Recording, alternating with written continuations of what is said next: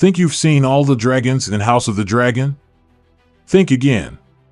The Dance of the Dragons is far from over, and some of the most mysterious, powerful, and terrifying dragons have yet to take flight. These 5 dragons will change everything. Who are they? What role will they play in the brutal civil war? And how will they shape the fate of Westeros? Stick around, because we're breaking down every dragon still to come in House of the Dragon, and trust me, you won't want to miss this. 1. The Cannibal, the most feared wild dragon. One of the most terrifying dragons in Targaryen history is the Cannibal, a massive, untamed beast that has lived on Dragonstone long before the Targaryens arrived. Unlike other dragons who bonded with dragon riders, the Cannibal was never ridden and remained a feared presence in Westeros, often attacking and feeding on smaller dragons, dragon eggs, and hatchlings. This grotesque diet earned him the name the Cannibal, and even the most experienced dragon riders feared going anywhere near him, knowing that he was a predator unlike any other. The Cannibal was described as a massive dragon, possibly as large as Balerion the Black Dread or Vhagar, making him one of the most formidable creatures to ever exist in Westeros.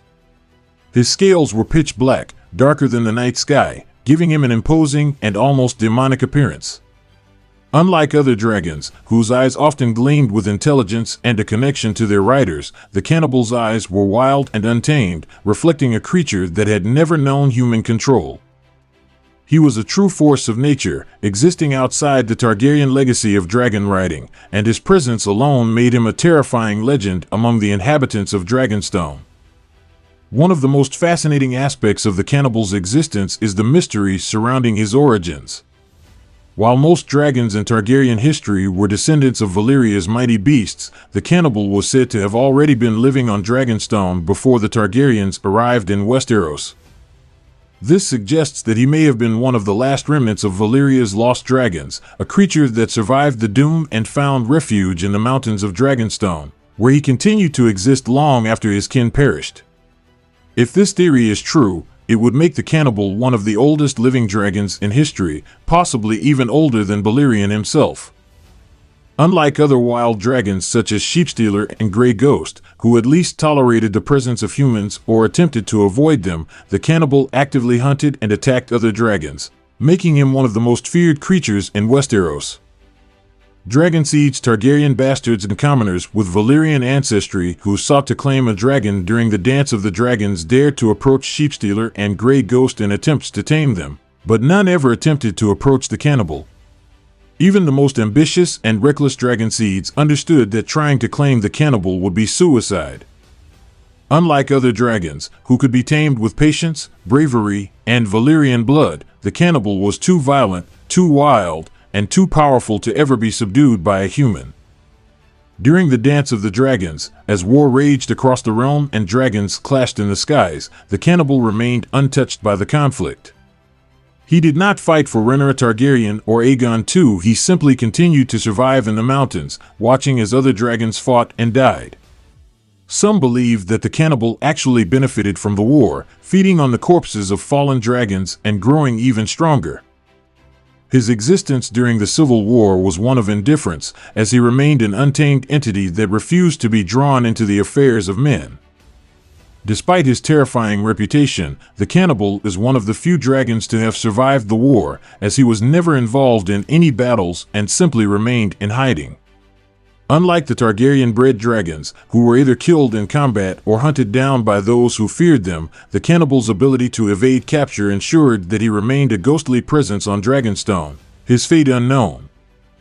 This raises one of the most intriguing questions about the Cannibal: what happened to him after the war? Unlike many of the other dragons, whose fates were well documented, the Cannibal simply disappeared. Did he continue to live in the mountains of Dragonstone, feeding on whatever remained? Did he eventually leave Westeros entirely, flying into the unknown seas? Or did he finally succumb to old age, passing away in some hidden lair, never to be seen again? His fate is one of the great unsolved mysteries of Westeros, adding to his legendary and almost mythical status. If House of the Dragon chooses to introduce the Cannibal, it will undoubtedly be one of the most highly anticipated moments in the series. His sheer size, his pitch-black scales, and his feral, untamed nature would make him one of the most visually striking dragons to ever appear on screen. The question remains, how will the show incorporate him? Will he simply remain an elusive figure, a dark legend lurking in the background of Dragonstone's history? Or will the series dare to explore the possibility of someone attempting to tame him, despite the impossibility of such a feat? There are several ways House of the Dragon could approach the Cannibal story. They could choose to fully lean into his monstrous reputation, depicting him as an ancient, primeval force of destruction, existing outside the influence of Targaryen rule. They could also explore the theory of his Valyrian origins, offering more insight into the idea that he might have been one of the last great dragons to have escaped the doom of Valyria. Another possibility is that the showrunners may create an entirely new storyline involving the Cannibal, perhaps showing a failed attempt by a dragon seed or a rogue Targaryen to claim him, only to meet a gruesome end. One of the most exciting elements of the Cannibal's potential introduction is the visual spectacle it would bring. Imagine the chilling imagery of a massive, jet-black dragon emerging from the mists of Dragonstone, his wild eyes gleaming in the darkness as he surveys the land below. His mere presence would strike fear into any who dared to approach, and if the show chooses to depict his savage nature, scenes of him devouring dragon eggs or tearing apart smaller dragons would be some of the most terrifying dragon-related moments in the series. Ultimately, the Cannibal represents the untamed, ancient power of dragons before they were domesticated by Valyrians. While House Targaryen prided itself on mastering dragon riding and using dragons as weapons of war, the Cannibal stood as a reminder that not all dragons could be controlled. He was proof that some dragons would always remain wild, untamed, and beyond the reach of human dominion. If House of the Dragon chooses to include the Cannibal, his presence alone would reshape the way viewers see dragons. He is not just another war mount or a symbol of Targaryen power, he is a beast that exists outside of human rule, an ancient force of nature that bows to no one. His name alone carries a sense of dread, and his legend continues to live on, even centuries after his disappearance. The Cannibal's story is one of survival, horror, and mystery, and if he makes his way into House of the Dragon, he will undoubtedly become one of the most iconic dragons ever depicted in the Game of Thrones universe. Whether he remains an unseen menace, lurking in the background, or is fully brought to life as a monstrous and untamable creature, his presence will remind us of one undeniable truth: not all dragons are meant to be ridden, and not all dragons can be controlled. 2. Grey Ghost, the Phantom of Dragonstone. Grey Ghost remains one of the most mysterious and elusive dragons in Targaryen history, an untamed creature that lived outside the influence of dragon lords and never formed a bond with a rider. Unlike the massive war dragons that were central to the Dance of the Dragons, Grey Ghost was known not for his ferocity or power, but for his ability to disappear, avoiding both human interaction and the conflicts of the Targaryens. He was a phantom of Dragonstone, a creature that lurked in the shadows and was rarely seen, even by those who actively sought him out. His legend was one of mystery and solitude, making him an anomaly among dragons, most of whom were raised to serve as symbols of power and war. His story, though brief, carries a sense of quiet tragedy, as he was one of the few dragons who wanted nothing to do with human affairs, yet was ultimately caught in the crossfire of the brutal civil war. Grey Ghost was named for his pale gray scales, which allowed him to blend into the mists and clouds that often surrounded Dragonstone. His coloration, along with his habit of avoiding humans, made him nearly impossible to track, as he would vanish into the fog before anyone could get close enough to him. Unlike the infamous Cannibal, another wild dragon who was feared for his brutal and savage nature, Grey Ghost was known to be gentle, reclusive, and completely uninterested in engaging with humans or other dragons. He lived near the volcanoes of Dragonstone, hunting fish from the sea rather than livestock or larger prey, further setting him apart from the more aggressive and predatory dragons that dominated Westeros. Because of his elusive nature, many dragon seeds bastards and lesser nobles with Targaryen blood who sought to claim dragons during the Dance of the Dragons failed to locate him in time. During the height of the Civil War, when both Rhaenyra's and Aegon II's forces were scrambling to tame any dragon they could to strengthen their armies, Grey Ghost remained hidden, avoiding human interference altogether. Unlike Sheepstealer, another wild dragon who at least allowed a single rider to bond with him, Grey Ghost never accepted a rider and was never tamed, reinforcing his status as one of the most enigmatic dragons in history. For most of the war, Grey Ghost remained on the fringes, neither participating in battles nor choosing a side.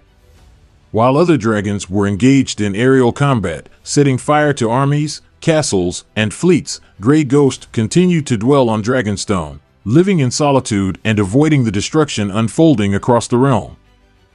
His existence was a stark contrast to the other dragons who were being weaponized in the war. While they were forced into bloody conflicts by their riders, Grey Ghost simply existed in peace, disconnected from the violence of the Targaryen civil war. However, his peaceful existence would come to a tragic end when he was caught in a battle he never wanted to be part of. As the war reached its final and most desperate stages, King Aegon II Targaryen, gravely injured and weakened, took refuge on Dragonstone. His personal dragon, Sunfire, was in terrible condition, having been gravely wounded in previous battles. Once a majestic golden dragon, Sunfire had suffered catastrophic injuries, leaving him crippled, disfigured, and barely able to fly. In a final act of desperation, Aegon II ordered Sunfire to hunt down and kill Grey Ghost, an act of sheer brutality that had little strategic value beyond satisfying his rage and desire to assert dominance over Dragonstone. The encounter between Sunfire and Grey Ghost was one of the most shocking and gruesome moments in Fire and Blood.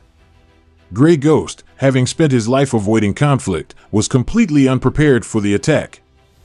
He had never fought another dragon before, had never been involved in battles, and had no experience in aerial combat. Sunfire, despite his injuries, was still a battle-hardened dragon who had fought against multiple opponents throughout the war. Even though Grey Ghost was larger than Sunfire, his lack of experience and defensive nature left him vulnerable. The attack was swift and merciless. Sunfire ambushed Grey Ghost, using his remaining strength to tear into him viciously, sinking his teeth into the unsuspecting dragon's flesh. Grey Ghost tried to escape into the clouds, his natural defense mechanism, but he was already mortally wounded. Sunfire, filled with rage and desperation, refused to let him go, continuing to rip him apart. Despite Grey Ghost's larger size, he was overwhelmed and brutally killed. His body was torn apart, and in a gruesome display of savagery, Sunfire feasted on his corpse, consuming his remains. It was not just an act of dominance, but one of pure animalistic brutality, a moment that solidified Sunfire's terrifying reputation as one of the most ruthless dragons of the war. Grey Ghost's death was senseless, a brutal end for a dragon who had spent his entire life avoiding the wars and conflicts that plagued his kind. He had no loyalty to either side, no interest in battle, and no rider forcing him into war, yet he was killed in one of the most violent and meaningless encounters of the Dance of the Dragons. His story serves as a tragic metaphor for the destruction caused by the Targaryen civil war. Even those who wished for peace were inevitably dragged into the bloodshed and consumed by the chaos. If House of the Dragon chooses to depict this event, it has the potential to be one of the most visually stunning and emotionally devastating moments of the series. The contrast between the two dragons, one broken and filled with rage, the other peaceful and trying to escape, would make for a chilling and unforgettable sequence. The moment Sunfire delivers the killing blow, with Grey Ghost's lifeless body falling from the sky and being devoured, would be a harrowing reminder of the savagery of war and the indiscriminate destruction it brings. Beyond the spectacle, Grey Ghost's death would reinforce the tragic reality that no dragon was safe in the Dance of the Dragons, not even those who tried to stay away from human affairs. It would highlight Aegon II's cruelty, as he ordered a wounded dragon to mercilessly kill a creature that had never been a threat. It would also deepen the audience's understanding of Sunfire's descent into savagery, showing that even the once glorious dragons of House Targaryen could be reduced to brutal, merciless beasts, driven by hunger and bloodlust. Ultimately, Grey Ghost's story is one of tragedy, isolation, and senseless violence. He was a dragon who never sought power, never desired battle, and never served a rider, yet he was pulled into the war and killed in one of its most brutal and unnecessary moments. His death serves as a reminder that in war, even those who wish to remain neutral cannot escape its reach. His name, his legend, and his ghostly presence on Dragonstone will forever be a symbol of lost innocence in a world consumed by fire and blood. 3. Morning, the symbol of a new era. Morning is one of the most unique and fascinating dragons in House of the Dragon, not because of her power or size, but because of what she represents in the larger narrative of the Targaryen legacy. Unlike the great war dragons of the Dance of the Dragons, mighty creatures like Vhagar, Caraxes, and Sunfire, Morning is a symbol of resilience, renewal, and hope in a time when dragons are on the brink of extinction. Her presence at the end of the war signifies that, despite all the devastation and loss, House Targaryen's connection to dragons is not completely severed. She is the promise that the dragons may rise again, even in the face of overwhelming destruction. Morning is the dragon of Rhaena Targaryen, the daughter of Rhaenyra Targaryen and Daemon Targaryen. While Rhaena has already been introduced in House of the Dragon, she has yet to claim a dragon of her own. However, in Fire and Blood, Morning hatches toward the very end of the Civil War, at a time when most dragons have already perished in battle, and the great beasts that once ruled the skies are all but extinct. Unlike other Targaryen princesses who rode powerful dragons into war, Rhaena never gets to ride Morning, as the dragon is still too young and small to carry a rider before the conflict ends. However, Morning's very existence is meaningful, serving as a reminder that the Targaryen bloodline's deep connection with dragons has not been completely severed. Morning's appearance sets her apart from the larger, battle-hardened dragons of the war. She is described as having light pink scales with red markings, making her visually distinct from any other dragon introduced so far. Most of the dragons we have seen in House of the Dragon are fearsome, dark-colored beasts with scars from years of battle, but Morning is the opposite, delicate, radiant, and untouched by war. While she is not physically intimidating like Balerion or Vhagar, her presence carries enormous significance, as she represents the future rather than the past. She is the only dragon to emerge at a time when most others have been wiped from the world, making her an almost miraculous presence in the history of House Targaryen. Morning hatches when Rhaena Targaryen is still young and dealing with the aftermath of the Targaryen Civil War, a period in which her family has suffered immense losses. Rhaenyra has been brutally executed by Aegon II, many of her brothers are dead, and the dragons that once gave the Targaryens their dominance over Westeros have nearly all been killed. In this bleak moment, when it seems like House Targaryen's Dragonlord legacy is coming to an end, Morning is born, proving that dragons can still survive and that hope remains for the next generation. The fact that Rhaena never rides Morning is another interesting aspect of their story. Unlike her mother, who rode Syrax into battle, or her father, who was one of the most feared dragon riders in history with Caraxes, Rhaena never takes to the skies on her dragon's back. This is not due to a lack of ability, but rather because Morning was still too small by the time the war ended. This makes Rhaena's bond with Morning quite different from the usual Targaryen dragon rider relationship. While most dragons were used as weapons in war, Morning never became a tool of destruction. Instead, she was a living testament to survival, a reminder that dragons could still exist in a world that had tried to erase them. The existence of Morning also raises questions about the future of dragons after the Dance of the Dragons. The war itself was incredibly destructive to House Targaryen's dragons, leaving only a handful alive by the time peace was restored. Many believed that dragons would eventually die out completely, leading to their eventual extinction by the time of King Aegon III's reign. However, Morning's survival suggests that there was still a chance for dragons to make a comeback. If Morning was able to grow and live beyond the war, then perhaps other dragons could be hatched and raised in later generations. Unfortunately, history tells us that Aegon III, who was deeply traumatized by the events of the war and the deaths of his own family's dragons, was known as the Dragonbane, as he presided over the period when dragons slowly disappeared from Westeros. Morning's existence was not enough to fully restore the dragons to their former glory, but she did serve as a final glimpse of what could have been. The question now is how House of the Dragon will handle Morning's introduction. The show has already deviated from the books in certain aspects, particularly with Rhaena Targaryen's story. In Fire and Blood, Rena spends much of the war without a dragon, whereas in the show, she is currently in the Vale, spending time with dragon eggs.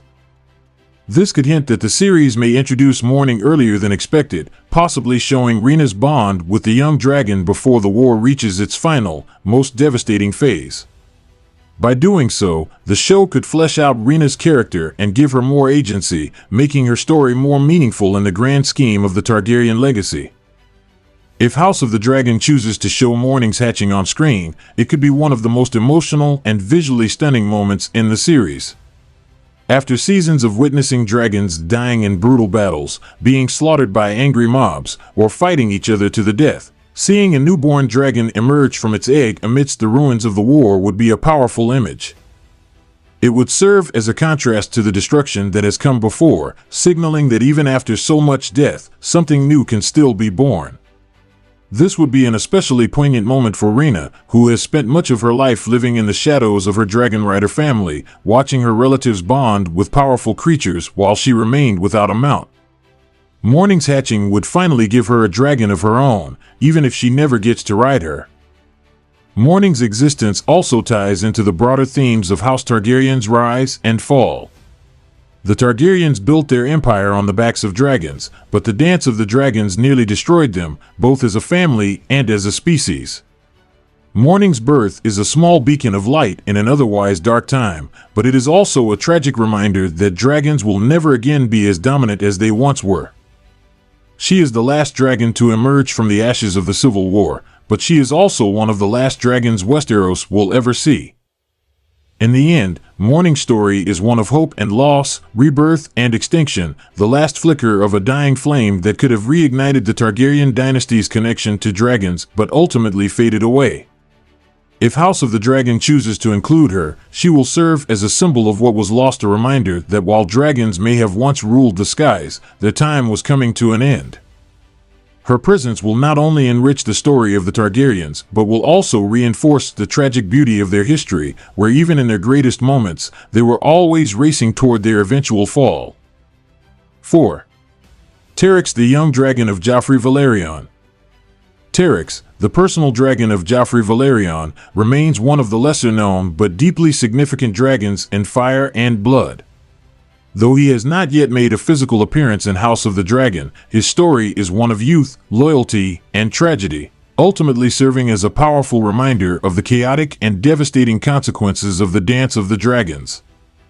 While many dragons in the Targaryen Civil War played pivotal roles in battle, Terex's fate is tied to one of the most heartbreaking events of the conflict, the storming of the Dragon Pit, a moment that marked a turning point for House Targaryen and the future of dragons in Westeros. Terex is described as a pale violet dragon with striking purple horns, giving him a distinct and majestic appearance. Unlike the massive war dragons such as Vhagar or Caraxes, Terex was relatively small and young, much like Vermax, the dragon ridden by Jacaerys Valerion. His small size meant that he was not yet a fully developed war dragon, but that did not stop his rider, Joffrey Valerion, from forming a deep bond with him. Like many Targaryens before him, Joffrey was raised with the expectation of riding into battle on dragonback, and Terex was meant to be his faithful companion. However, fate had different plans for both dragon and rider, and their youth and inexperience would become their downfall. Joffrey Valerion, the youngest son of Rhaenyra Targaryen and Laenor Valerion, or Daemon Targaryen, depending on the show's adaptation, was fiercely loyal to his family and deeply devoted to Terex. Unlike his older brothers, Jacaerys and Lucerys, who had the opportunity to prove themselves in battle, Joffrey was still considered too young to take part in direct combat. However, that did not stop him from seeing himself as a warrior, and he longed to fight for his mother's cause. His deep connection to Terex made him believe that, like his brothers, he would one day soar through the skies as a powerful dragon rider. Unfortunately, Terex's young age meant that he was not yet strong enough to carry a rider, something that would prove disastrous when Joffrey needed him most. As the Dance of the Dragons reached its most chaotic phase, Rhaenyra's grip on the Iron Throne began to weaken. The people of King's Landing, once loyal to her cause, began turning against her rule as food shortages, high taxes, and the endless bloodshed of the Civil War led to growing unrest. Tensions reached their breaking point when rumors spread that Rhaenyra and her forces planned to unleash their dragons on the city to quell the rebellion. This fear, combined with deep resentment toward the Targaryens and their dragons, led to a full-scale uprising known as the Storming of the Dragon Pit. The Dragon Pit, which housed several dragons, became the primary target of the enraged mob. The people of King's Landing, armed with makeshift weapons, torches, and overwhelming numbers, stormed the massive structure, intent on slaughtering the dragons trapped inside. It was one of the most horrifying moments in Westerosi history, a brutal and merciless massacre that saw the deaths of several dragons and the near extinction of House Targaryen's greatest symbols of power. During the chaos, Joffrey Valerion, desperate to escape the city and join the fight, ran to the Dragon Pit in search of Terex. His plan was reckless but courageous. He intended to mount his dragon and flee, just as his ancestors had done for generations. However, Terex was still too young to carry a rider, something Rhaenyra's advisors had warned Joffrey about on multiple occasions. But in the heat of the moment, Joffrey refused to listen. The mob had already begun setting fire to the dragon pit, and the screams of dying dragons filled the air. Joffrey, seeing no other option, climbed onto Terex's back and urged him to fly. The young dragon, terrified and confused by the chaos surrounding him, attempted to take flight. But his wings were not strong enough, and he struggled to gain altitude. Before he could properly escape, the mob closed in on them, pulling Joffrey off his dragon and dragging him into the streets, where he was brutally torn apart by the furious rioters. Terex, still flailing in confusion, tried to defend his rider, but the mob overwhelmed him with spears, crossbows, and fire, attacking him from all sides. Unlike the larger dragons, who had the strength and experience to fight back, Terex was young, inexperienced, and panicked. The mob stabbed him, set him ablaze, and ultimately killed him, leaving his lifeless body amidst the carnage that had consumed the dragon pit. Joffrey and Terex's deaths were a tragic example of how the Dance of the Dragons did not only claim warriors and rulers, but also innocent young lives caught in the storm of war.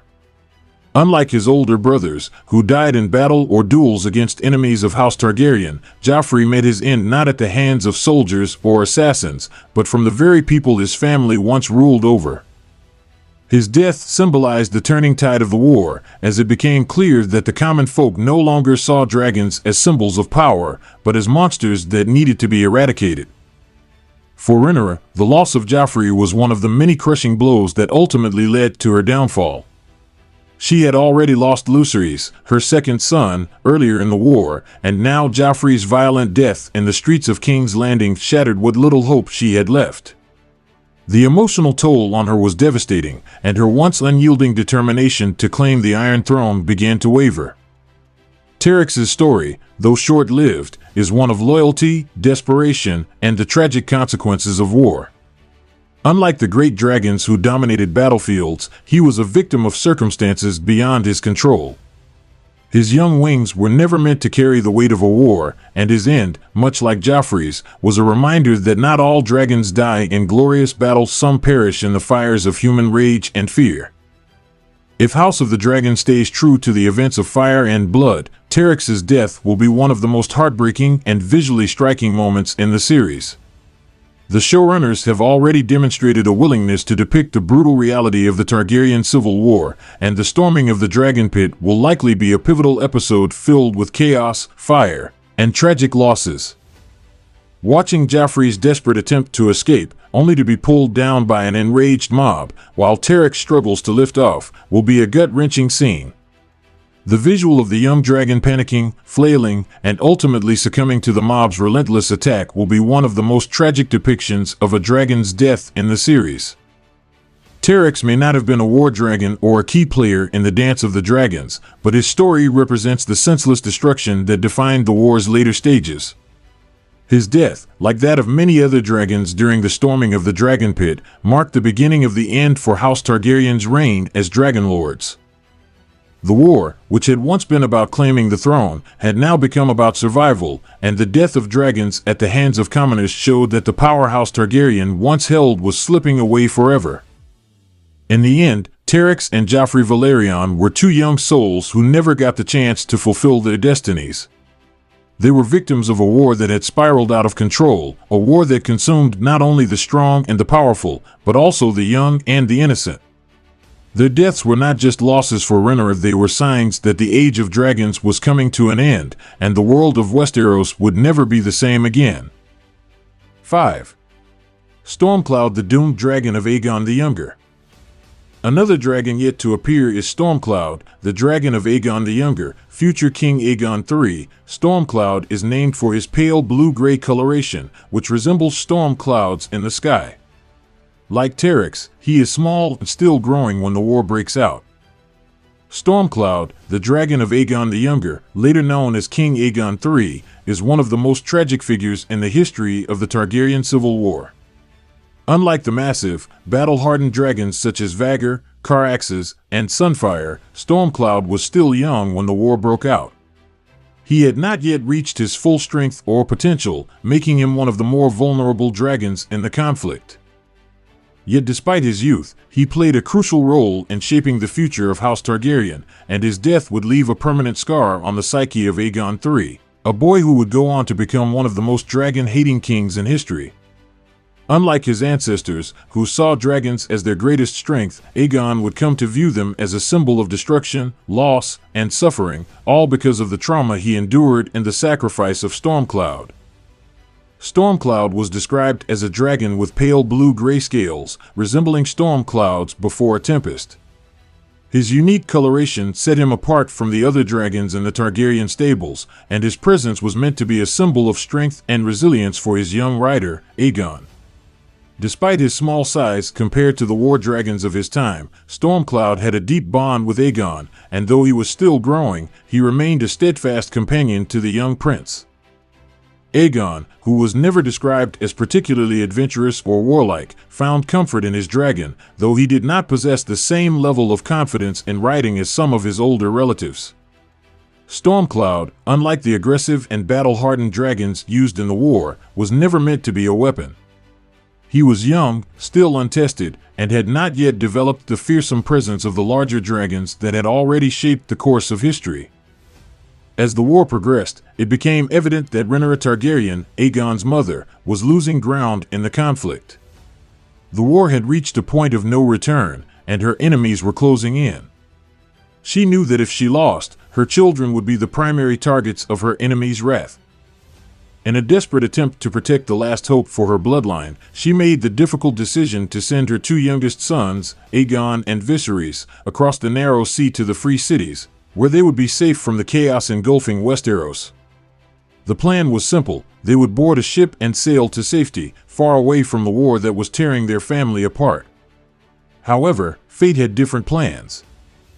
As the ship carrying Aegon and Viserys made its way across the narrow sea, it was ambushed by the Triarchy, a naval alliance that had long opposed Targaryen rule.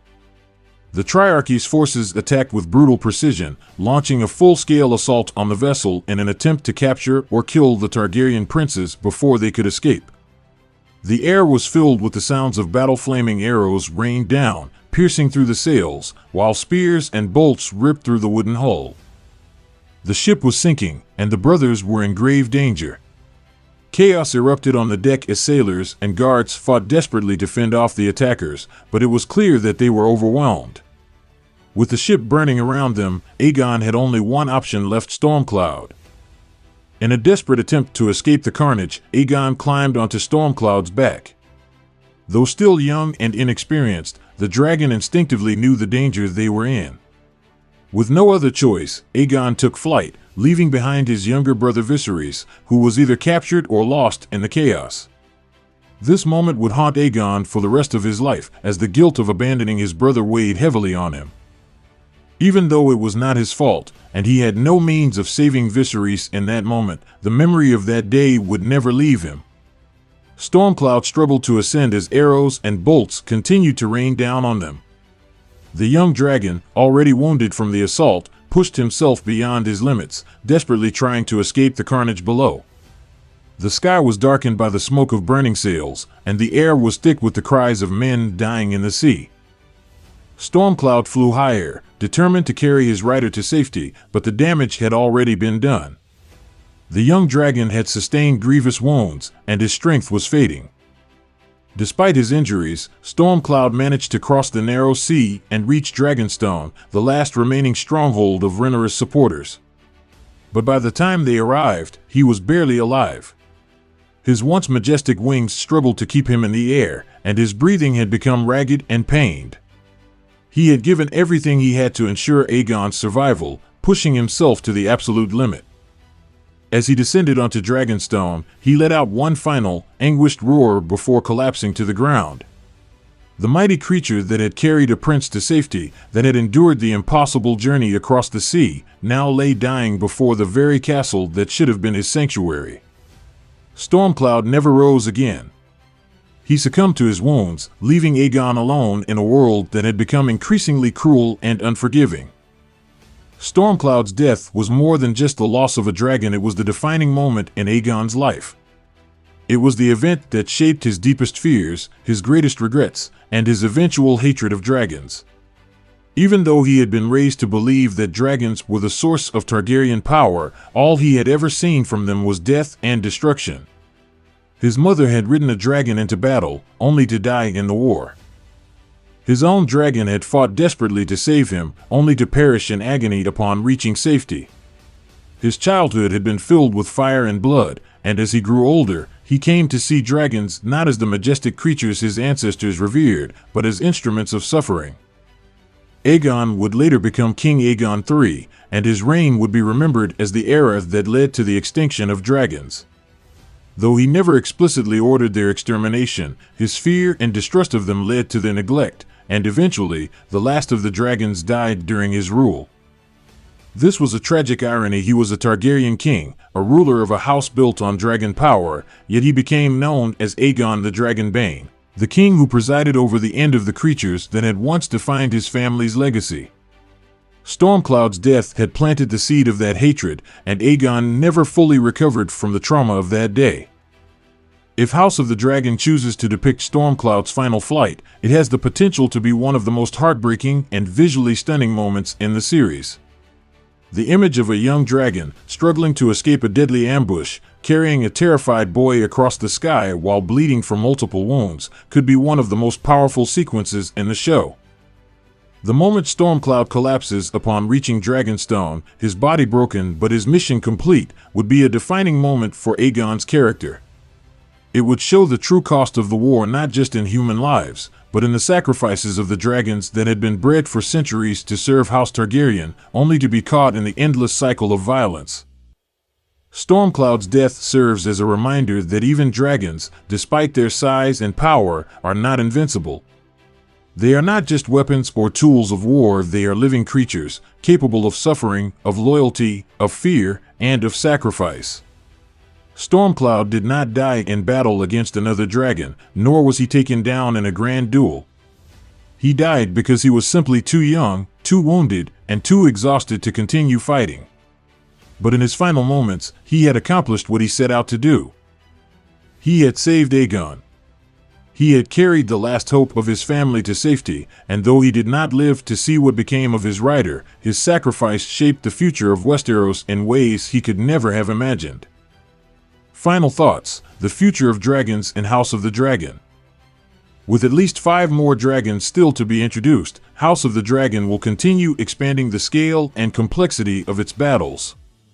Each dragon has a unique role to play, from morning's symbolism of renewal to the Cannibal's terrifying presence, Grey Ghost's tragic demise, and Stormcloud's emotional farewell.